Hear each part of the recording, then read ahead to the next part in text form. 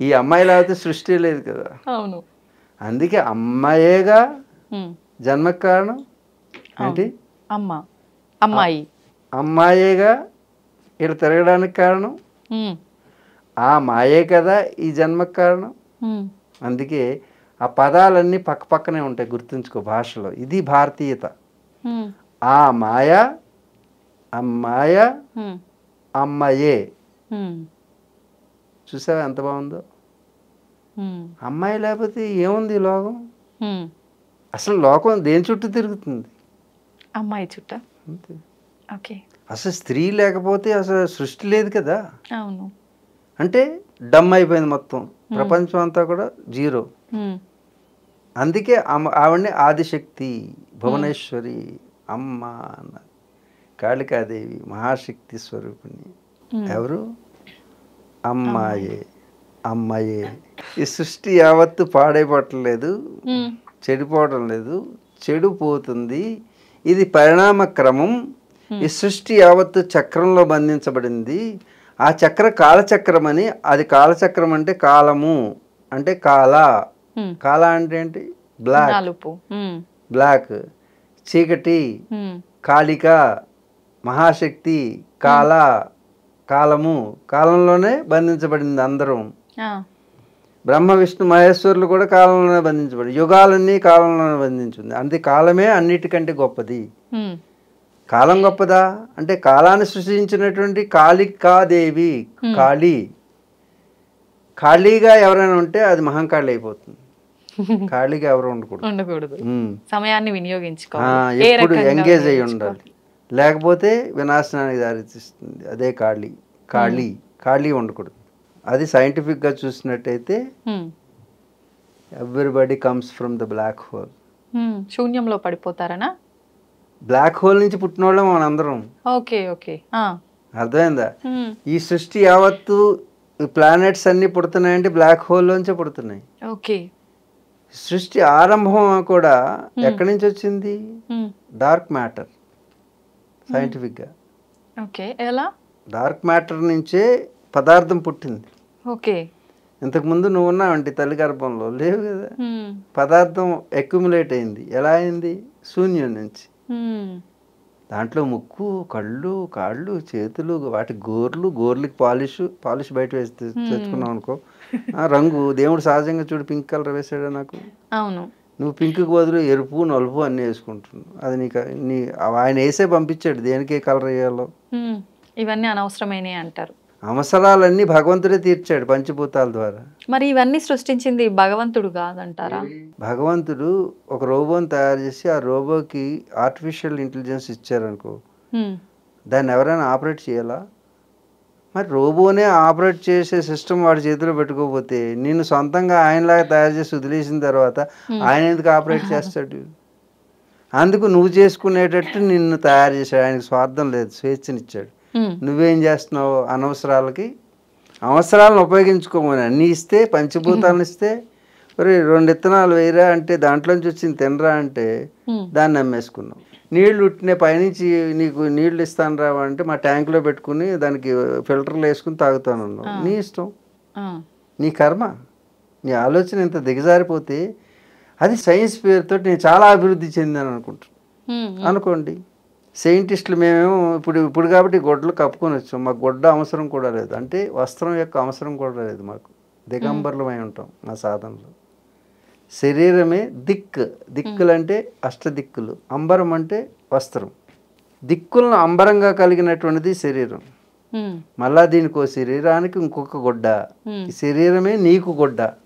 నువ్వు లోపల ఉన్నావు కదా, నువ్వు వెళ్ళిపోతే ఈ శరీరాన్ని ఏం చేస్తున్నారు? కాల్ చేస్తున్నారు.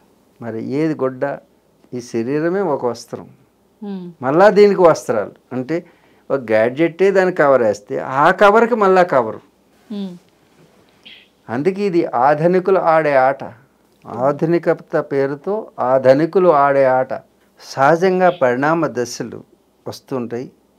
బుద్ధివంతుడి నుంచి బుద్ధిక్షీణత, బుద్ధిక్షీణత నుంచి బుద్ధిమంతులు పుడుతూ ఉంటారు. ఇది ఒక కాలచక్రం.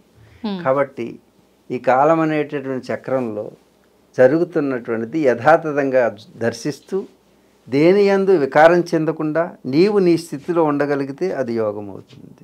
స్వామీజీ, విద్యకు చదువుకు మధ్య వ్యత్యాసం ఏమైనా ఉందంటారా? రెండు ఒకటే అంటారా? చదువుకుంటున్నావు నువ్వు ఉమ్, చెప్పు, చదువుకున్నావా లేదా? చదువుకున్నా. చదువు కొన్నావు. కొన్నా. ఇది చదువు కొనబడేది కాదు.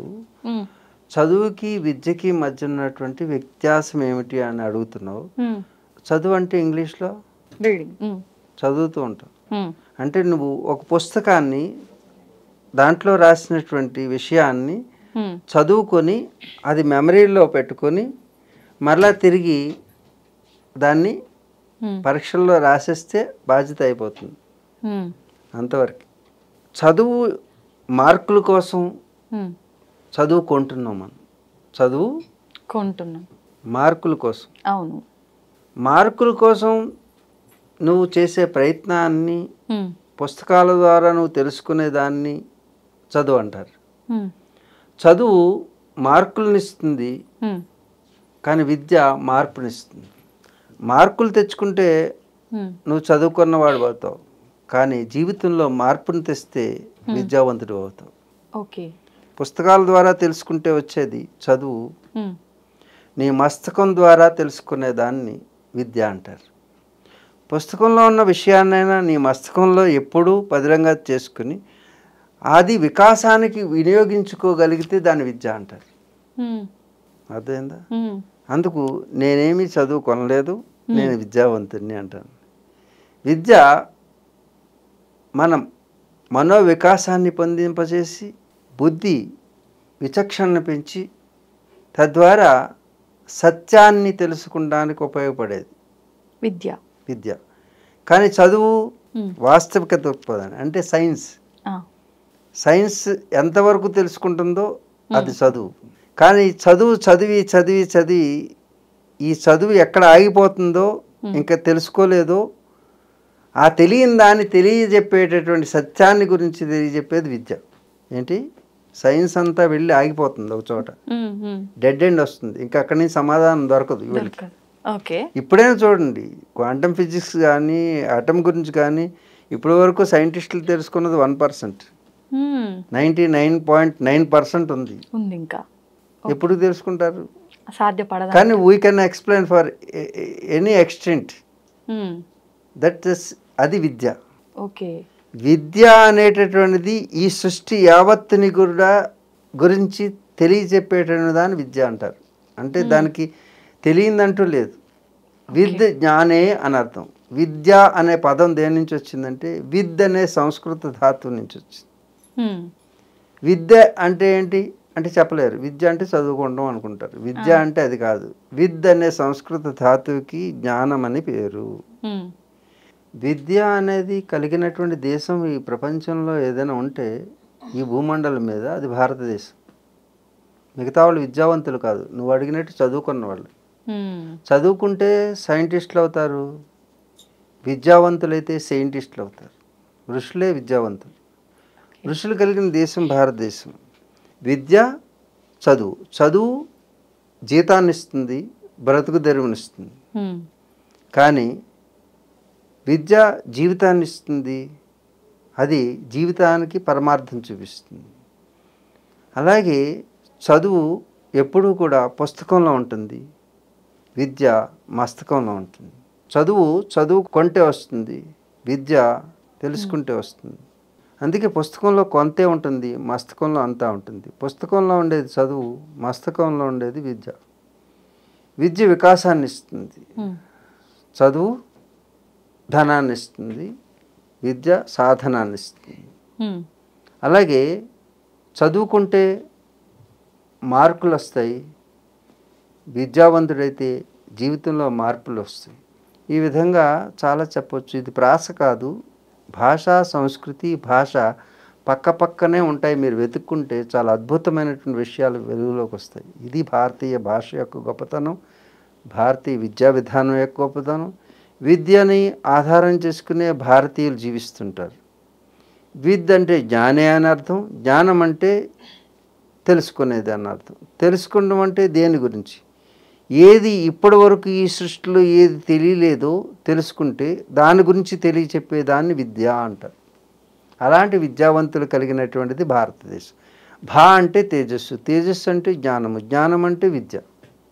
భా రతీయులు, రతి అంటే ప్రక్రియ, రతి జరిపేరు అంటారు. రతి అంటే ఆనందాన్ని పొందడానికి చేసే ప్రక్రియ. ఆ ఆనందాన్ని పొందడానికి చేసే ప్రక్రియ దేనితో జరుగుతుంది? భా ద్వారా. భా అంటే జ్ఞానము, జ్ఞానం అంటే తేజస్సు, తేజస్సు అంటే విద్య. విద్య ద్వారా మాత్రమే పొందగలిగింది ఆనందము. ఆ ఆనందాన్ని పొంది ఎప్పుడు ఆనందంగా ఉండేవారు భారతీయులు. ఇది భారతీయులు అంటే.